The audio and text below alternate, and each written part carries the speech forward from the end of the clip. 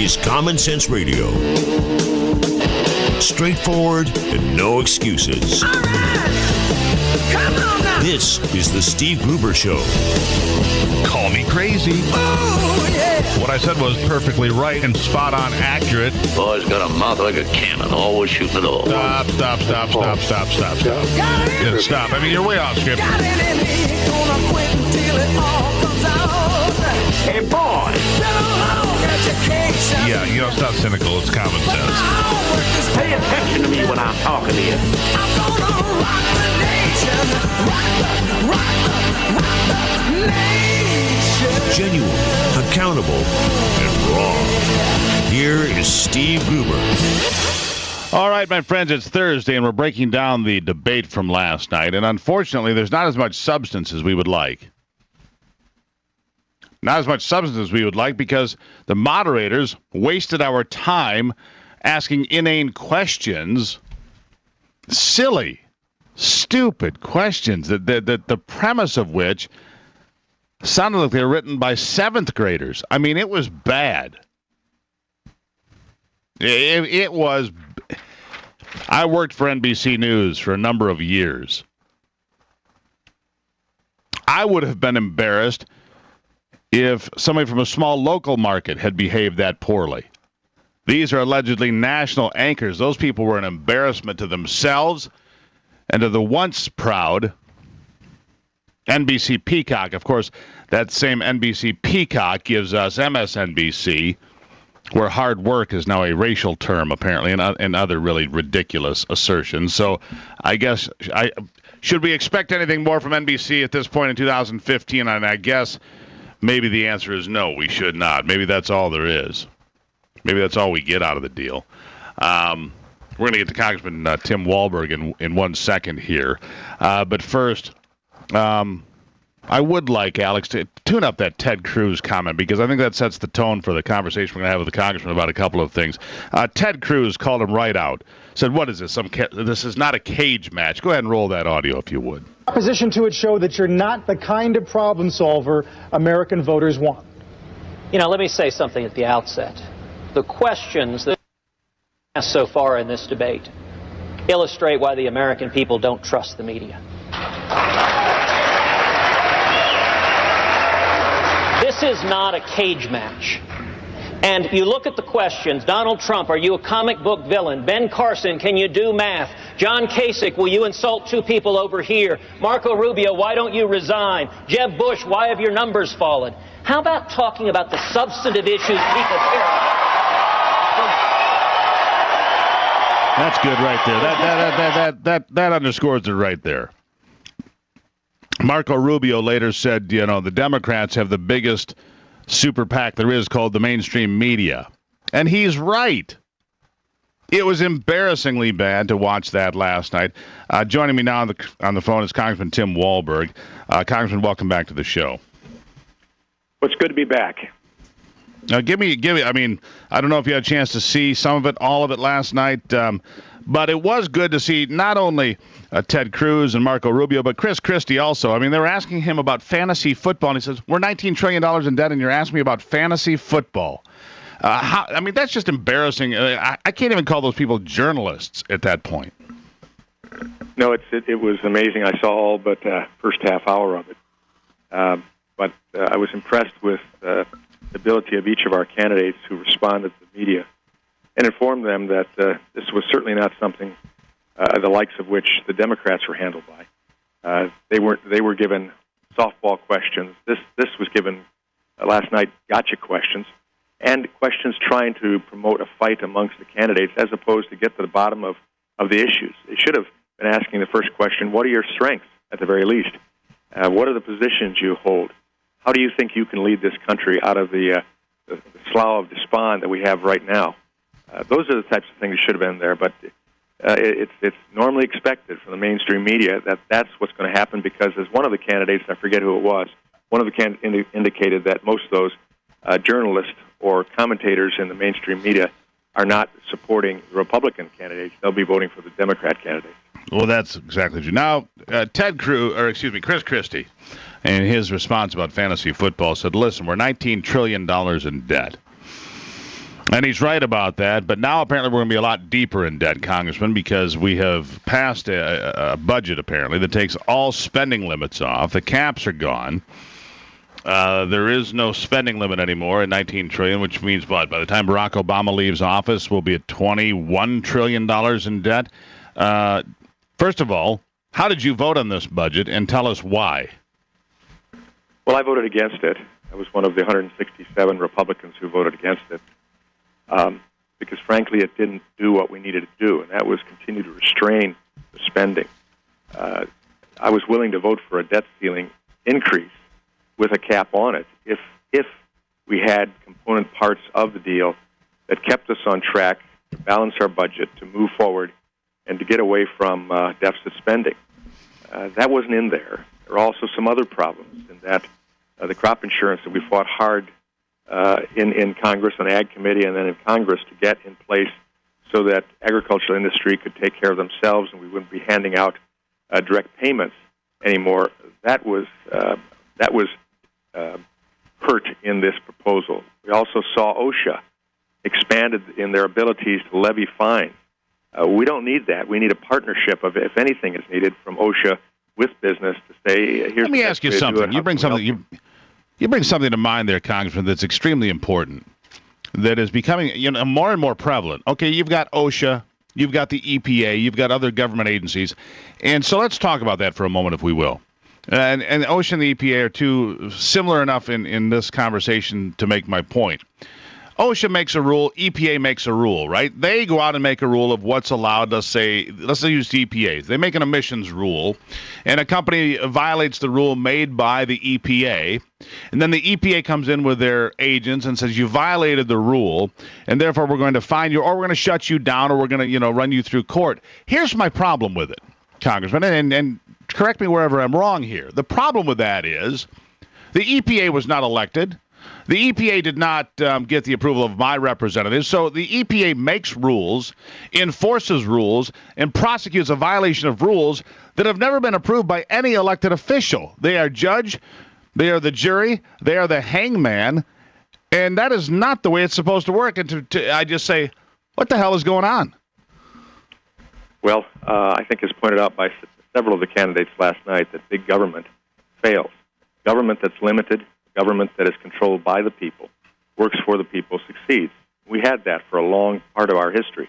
That has changed in the last 60 years or so to the point that now government is in control, whether they know what they're doing or not. And we see that in the EPA. We see that in OSHA.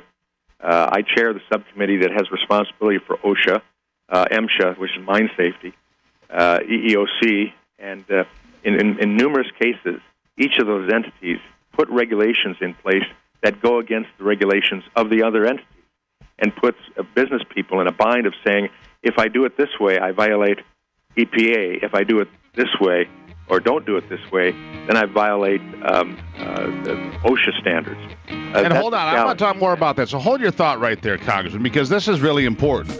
They create laws, they pass laws, and enforce laws, all without my blessing or yours. So hold on. We'll be right back with Congressman Tim Walberg and talking more about this. It's a Thursday on the Steve Gruber Show.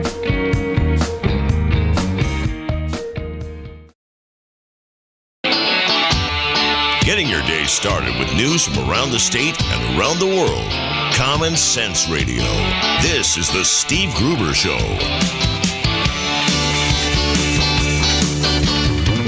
All righty. Donald Trump was exactly right. The whole exercise for CNBC had little to do with the debate. It had everything to do with making money. Let's be honest, it didn't cost CNBC anything to speak of, to put the debate on prime time last night. What did they get out of it? Tremendous ratings. It'll be the greatest ratings boon in the history of that weaselly little network. And then you have to ask yourself, is this a systemic cancer across NBC News? I used to work at NBC News. It was a great organization at one time. But I'll tell you, the shine is off the pumpkin. The shine is definitely off the pumpkin when you look at the embarrassing. I mean, those were like 7th grade questions last night. So we'll get back to Congressman Tim Walberg here in one moment. But let's just play Marco Rubio responding to more of the nonsense and addressing these people from CNBC. Go. Trump, if I may just say, just a minute, Mrs. Fiorina, let me follow up on this for just a moment. You had talked a little bit about Marco Rubio. I think you called him Mark Zuckerberg's personal senator because he was in favor of the H-1B. I never said that. I never said that. So this was an erroneous article the whole way around? He's got another gentleman in Florida who happens to be a very nice guy, but not... My apologies. I'm sorry. Somebody's really doing some bad facts. Since I've been mentioned, can I respond? Yes, you may. Okay. You know, the Democrats have the ultimate super PAC. It's called the mainstream media. Who every single day, and I'll tell you why. Last week, Hillary Clinton went before a committee. She admitted she had sent emails to her family saying, hey, this attack in Benghazi was caused by al-Qaeda-like elements. She spent over a week telling the families of those victims and the American people that it was because of a video. And yet the mainstream media is going around saying it was the greatest week in Hillary Clinton's campaign. It was the week she got exposed as a liar. It was the week that she got... Yeah, the greatest week in her campaign, and she's a liar. You know, and Rubio's exactly right. And there you have it, more evidence. And you wonder, you know, how are we supposed to take these people seriously? Congressman Walberg, welcome back. But, I mean, here's the thing. Most people are so busy, they don't have time to sit there and sort it out like you and I do every Thursday here. They don't, I mean, they catch this program or this or that, but they're fed a steady diet of garbage from the mainstream media about how Hillary Clinton, you know, had the greatest week ever. She was caught lying. Rubio's right. And yet what people are going to hear from NBC and ABC and CBS, great week for her, and Donald Trump's a clown, and, you know, Ben Carson's an idiot, and all this other nonsense. That's what they get. That's what the mainstream media feeds these people. It is embarrassing. Go. Well, it is embarrassing for the media, but they seem to have no shame and are committed to a cause that I think they were trained to be involved with, and that's to move America toward a more socialist type system, and certainly not support those of us who believe in limited government, with liberty and opportunity for everyone, with the opportunity for the grassroots of our country to build our economy, an economy that then benefits them, allows them to care for their families and give hope and prosperity to their families that follow after. That is not arranged by a governmental system. That is arranged by people who are free and do what they want to do within the confines of the Constitution and law. That's right. All right, so big day today. We've only got a couple of minutes left here, Congressman, but I want to talk about, obviously, big day today for Congress. Is today the day that Paul Ryan takes the gavel? Well, it appears that would be the case. He was nominated and then won the election in the House Republican Conference yesterday, so it'll be a Paul Ryan, Nancy Pelosi runoff today. For who will be Speaker. Now, who are you going to vote for? I said, which one of those two are you going to vote for? Well, I'll get back to you. No, I'm voting for Paul. I mean, Nancy's such a nice lady. Anyhow, go on. Well, we can see what Nancy assisted in doing and helping to push our country back when she was Speaker of the House for 2 years, and we saw Obamacare passed. Signed into law. We saw Dodd-Frank, the takeover of the financial industry, which is destroying that industry right now, even as we speak. That was passed.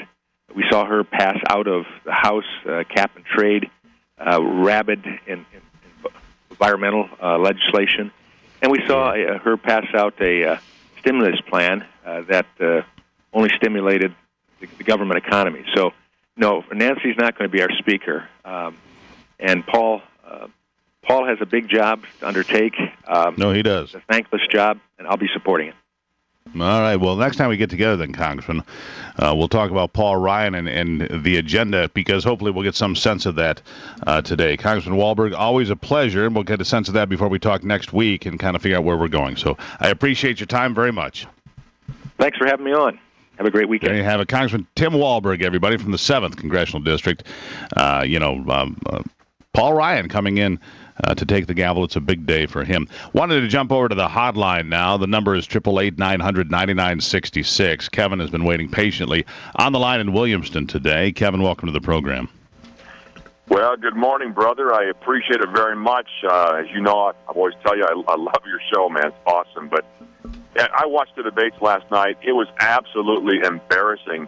You know, I've been in the media for 28 years. I'm now out of it, but I have never in my entire 53 years of life ever witnessed so many unpolished moderators in my entire life.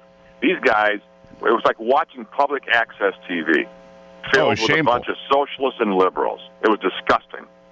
No, it was shameful. I mean, here's the thing. I used to work for NBC News for a number of years, and I'm looking at that going, my God, I would have done a better job. But I know lots of people at local TV stations that would have done a far better job in talking about actual, a little something we like to call, well, issues, actually. Well, I don't mean to butter you up, but I've told you many times, I mean, your style, you're that national sound. You've got a great sound on there. Plus, you're fair, and not to steal a Fox News statement, but you're fair and balanced. These guys, absolutely. The guy on the right, I don't know what his name was, but what a weasel. I'm sorry for being so pointed on my comments here, but this guy's a weasel. The way he was coming at all of the candidates, like, Senator Rubio, why did you say this? The way the guy came across was so disrespectful, so high-handed, it was absolutely disgusting. I'm so embarrassed with the news media. I'm embarrassed for what's going on out there. Kevin, I couldn't agree more. Thank you so much for the kind words, and thank you for your insight, having all that time in the media. Greatly appreciate it, my friend. It's Thursday. It's the Steve Gruber Show. 888-900-9966, the hotline number. Common sense encouraged. Call us anytime.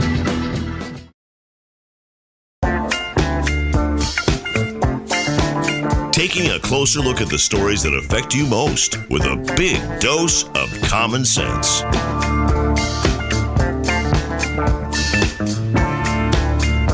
All right, how about one more little bit of taste? The moderators were the big losers last night. I think Marco Rubio did the best job of coming out on top. But the moderators were just, like our last caller said, like Kevin said, embarrassingly bad. Junior League. And this is the best they've got from NBC News. Well, that's sad. Here, a little flavor from Chris Christie responding to one of the questions. Go. We have $19 trillion in debt. We have people out of work. We have ISIS and Al-Qaeda attacking us. And we're talking about fantasy football? Can we stop? Stop. Talking about fantasy football. How about this? How about we get the government to do what they're supposed to be doing? Secure our borders, protect our people, and support American values and American families. Well, there's an idea. There's something we can get behind. Kathy Berden here, National Committee woman from Michigan, to talk about the Republican debate. Kathy, welcome to the program. Yes, good morning. Were you as shocked and embarrassed by the... Oh, you cut out on me a little bit. I said, were you as shocked and embarrassed by the moderators as the rest of us were watching last night? It was very disappointing because and I understand, I was disappointed. I think all the viewers were very frustrated about the moderators because what they should be asking are good questions about policies and issues to our candidates. And they cut them off and trying to embarrass them, make them sound like they didn't know what they were talking about. And what our people want to hear is about what are they going to do about the policies and issues. They want to hear good questions about national security, taxes, our economy, the national debt, and maybe how to simplify the tax code. And so, yes, it was very much an embarrassment. And I think it showed the moderators for what they are. They're definitely just a left-leaning, mainstream, medium bias against the Republican Party. No doubt about it. Yeah, that crew was clearly carrying water for Hillary Clinton and the Democratic Party last night. No question about that. Now, setting that aside for a moment, there were a few high points in the conversation about different important things facing the country. Who do you think did the best last night and why? I'll tell you, I think they all did pretty well, but I like the ones who set the record straight and bucked back on what was trying to be done with them. Ted Cruz did a great job with that. Marco Rubio comes to mind. Carly Fiorina, Mike Huckabee. I mean, they just were wonderful to take it back and show, that they are, CNBC was more concerned, apparently, with the ratings. I mean, even at one time, the moderators got booed, by the public watching it. And I happened to be watching the debate last night at Central Michigan University. I was invited by the college Republicans. So I was at a debate watching party Pleasant, and that was really interesting to be there with a group of young college-minded kids, and they felt the same way. They want to hear answers to the concerns that we all have as a general populace going forward to this important election.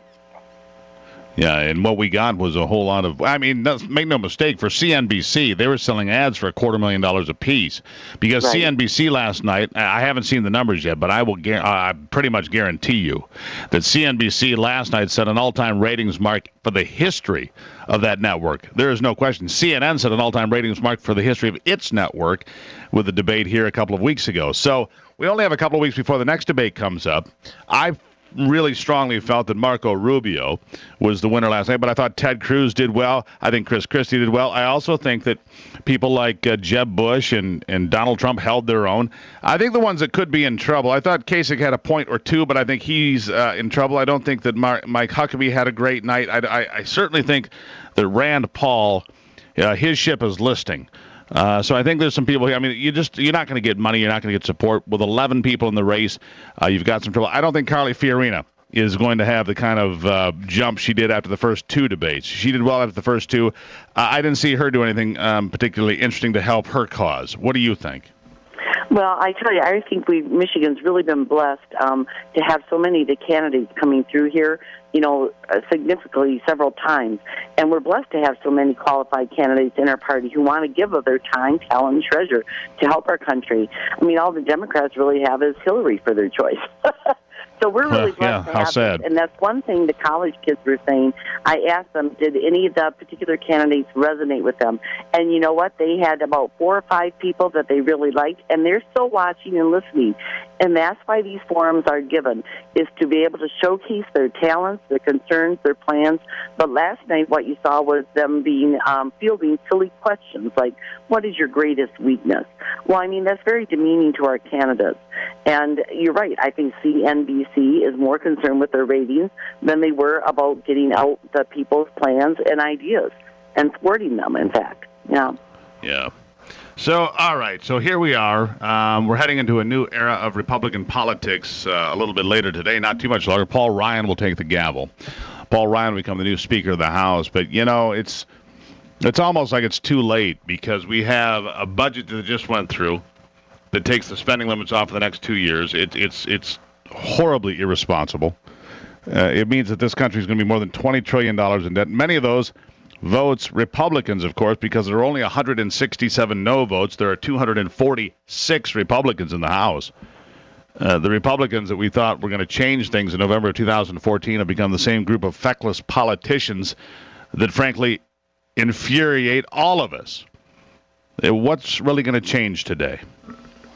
I think people are just interested in listening to those type of questions that you just put forth, and they were thwarted on that last night. They were busy defending and turning it around on the liberal media, and we just have to keep trying to get through to let their ideas come forth and let the relevant questions be answered so people can make educated decisions on these wonderful candidates we have.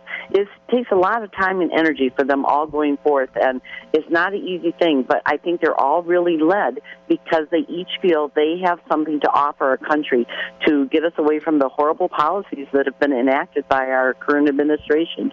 So I really give them a pat on the back and just keep going forward with our debates. And well, my point, though, I think the problem, we're on with Kathy Berden, National Committee woman from Michigan here, Republican. The problem is that we all voted for the country, vast majority voted for Republicans in November of 2014, and nothing has changed. The Democrats might as well be in charge. Barack Obama has gotten every single thing he wants. He's gotten the debt limit lifted altogether, so he can go ahead and squander money we don't have because he doesn't care. He'll be gone in 18 months.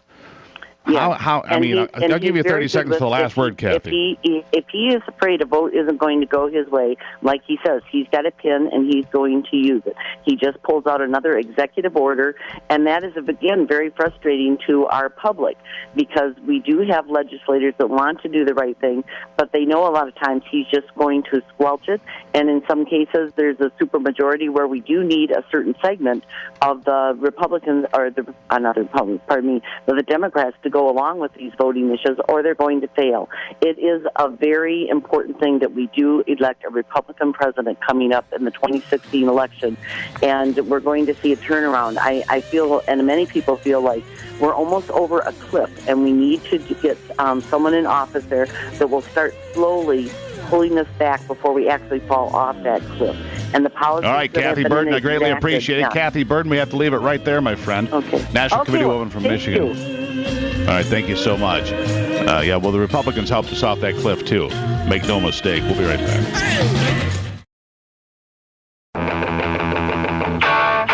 Keeping you in touch with Michigan and the world.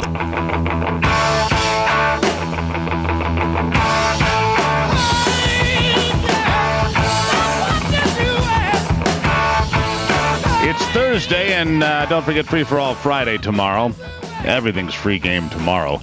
The hotline's 888-900-9966. Quickly, Dave is on the line in Grand Rapids. Dave, welcome to the program. Thank you. You just had a guest from the Republican Party, a representative there, and I've talked and spoken to people in Grand Rapids in the Republican Party, and I've been very honest with them. I am so disappointed in the results of the last 2 years, or the last 4 years, for that matter, of the Republican Party. They really don't deserve our vote on their record. There's a lot of truth to that, Dave. A disappointment, I think, is being kind. I mean, the Democrats, Harry Reid and Nancy Pelosi, might as well be in charge based on the results over the last year for sure. Since we went to the polls in November of 2014, nothing has changed. And unfortunately, Dave, I think you're right. I have to run. Nothing has changed, but it's even gotten worse. Well, yeah, it actually has gotten worse. We just lifted the debt ceiling permanently, it seems. Dave, thanks for checking in. The phone number is 888-900-9966. 888-900-9966. You're welcome to join us. Tomorrow's a good day, Free for All Friday. Bring all your comments, your concerns, and whatever else you've got. Shifting gears to State Representative Brandt Iden. Joining us from the 61st District here, a Republican in the Michigan House. The Senate has unanimously approved the Iden bill to reform asset forfeiture laws here in the state. And here to explain it is the representative himself. Brandt, welcome to the program. Hey, good morning, Steve. How are you?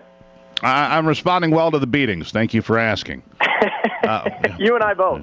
Yeah, there you go. Yeah. Get up, son. Suck it up. Yeah, I'm good. Tell me about, asset forfeiture. We've talked about it a lot here, and I've gotten some pushback from my friends in the state police and elsewhere saying that I don't understand it exactly. So we've had a lot of really, I think, productive conversations about asset forfeiture, when it's good, when it's bad. Tell me about this bill. Well, basically, unanimous approval, which is great. It's always good to see some bipartisan legislation get some traction. And basically, what civil asset forfeiture is, and this is an example I use regularly, let's say that you loan your car to a friend. And that particular friend happens to get pulled over by the police, and let's say that that same friend might happen to have a small amount of marijuana or some other substance that would be illegal in the car. At that point in time, under the way the law used to be written, the police would be able to then seize the asset, in that particular case, the car, even though it didn't belong to the driver or the person that had the illegal substance on, and that was your car. So what we've done is we've recrafted the law to just kind of tighten things up a little bit. It's got more reporting requirements in there. It makes sure that there's a clear and convincing evidence on certain things, and basically that you can prove these assets belong to these people. We haven't taken anything away from the state police, in my opinion, or our local law enforcement officials. I'm from the Kalamazoo area. Not a huge problem we had in Kalamazoo, but we just said that look, across the state there are issues. We need to address these issues, and that's what this law does. And I think it's really going to be helpful. And although I did get a little pushback from my friends in the law enforcement community as well, I really think that in the end this is going to be best for our citizens. Well, one of the things that we had discussions about back and forth on my end with law enforcement was, if they find somebody on that corridor of I-94, for example, and they're shipping drugs, and they pull a car over, and he's got $25,000 in cash and no real explanation of how he got the cash, they seize the money, and oftentimes they keep the money. And I said, well, now how is it illegal just to have cash? They said, listen, He's some guy who's driving down the road, and the cash is sometimes might be hidden in the door panel. He goes, listen, he has no explanation for $25,000 on the door. He's either committed a crime or he's about to. And I say, well, about to or might have, that's not the lie. And they said, here's the deal. We hold on to it, and if they, can prove some reason for having the money, they get it back. I don't know if that's always true, but that was the conversation we had. So let me take it one step further on the example you gave, Brandt, which was, okay, what if your car is stolen and somebody was found with illegal drugs in the car? Was it also taken away then, too, even if the car was stolen? In that particular case, no, because it was a theft. The car would be returned to you, and that wasn't exactly an example that came up. I mean, I heard stories from across the state where law enforcement would enter a home, and whether or not these people had their, in this one particular instance, the young lady had her medical marijuana card, and the police seized everything in the house, including the kids' Christmas presents. I just felt that was kind of above and beyond what we need to be doing, and oftentimes these items would then be sold, and the money would go back into the law enforcement community, which still can happen. We've just hold on. So you're suggesting that stealing Christmas is just a little too much. I think that's just a little over the top, in my opinion. Yeah. All right, just so we're clear on that. Stealing Christmas, probably just a little over the top. Just so we're clear. A little over the top. Fair enough. Okay, where are we in this path to having it become the law of the land? Well, great news is that last Wednesday the governor signed it, and so it takes immediate effect. And what we're going to do next, now that we've, I believe this is just a start in the process, though. We've tightened up some of the laws. We've made it, more reporting requirements. And I believe, I'm working with the Mackinac Center on this, and so are some of my other colleagues, that there's further reforms that we can do yet in Michigan to make sure that, people's private property is being protected. And I'm going to continue to work on that. But the good news is that the governor signed this, and we've made it past step one, I should say. All right, so we've got that checked off our bucket list of things to do, and I appreciate that. I do think it's important, and all kidding aside, which is hard for me some days, but all kidding aside, it is an important step. And so I guess I tip my hat to you, because I find that a bill that is supported unanimously is pretty rare these days. So, Brandt Iden, greatly appreciate your time and your efforts. Thank you very much, Steve. All right, have a great day, my friend. You too. That's Bye-bye. State Rep Brandt Iden, 61st District for the Michigan House of Representatives. He got his bill approved unanimously and signed by the governor to reform asset forfeiture laws in the state of Michigan. So there you have it. We'll have some final thoughts here. And did you know that if you have a football team that runs up the score, college football team specifically, and they win big, you're probably a racist? Your football team's probably a racist? No, I'll tell you all about it when we come back right here on the Steve Gruber Show.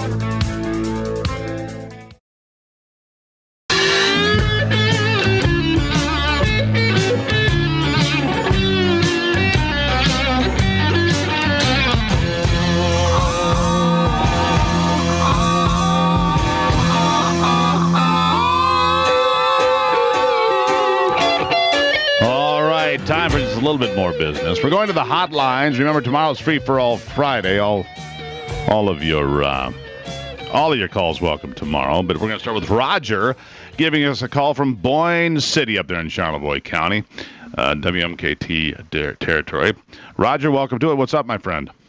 Yeah, good morning. How you doing? I'm doing great. That's good. Listen, there's three House bills that our Republicans helped pass. Bill number 4738, 4736, 4370.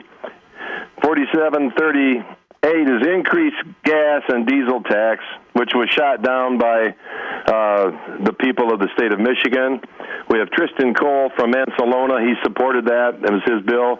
Tristan Cole supported this other bill, 4736, increased vehicle registration, passed 55 to 51. The other one was 56 to 50.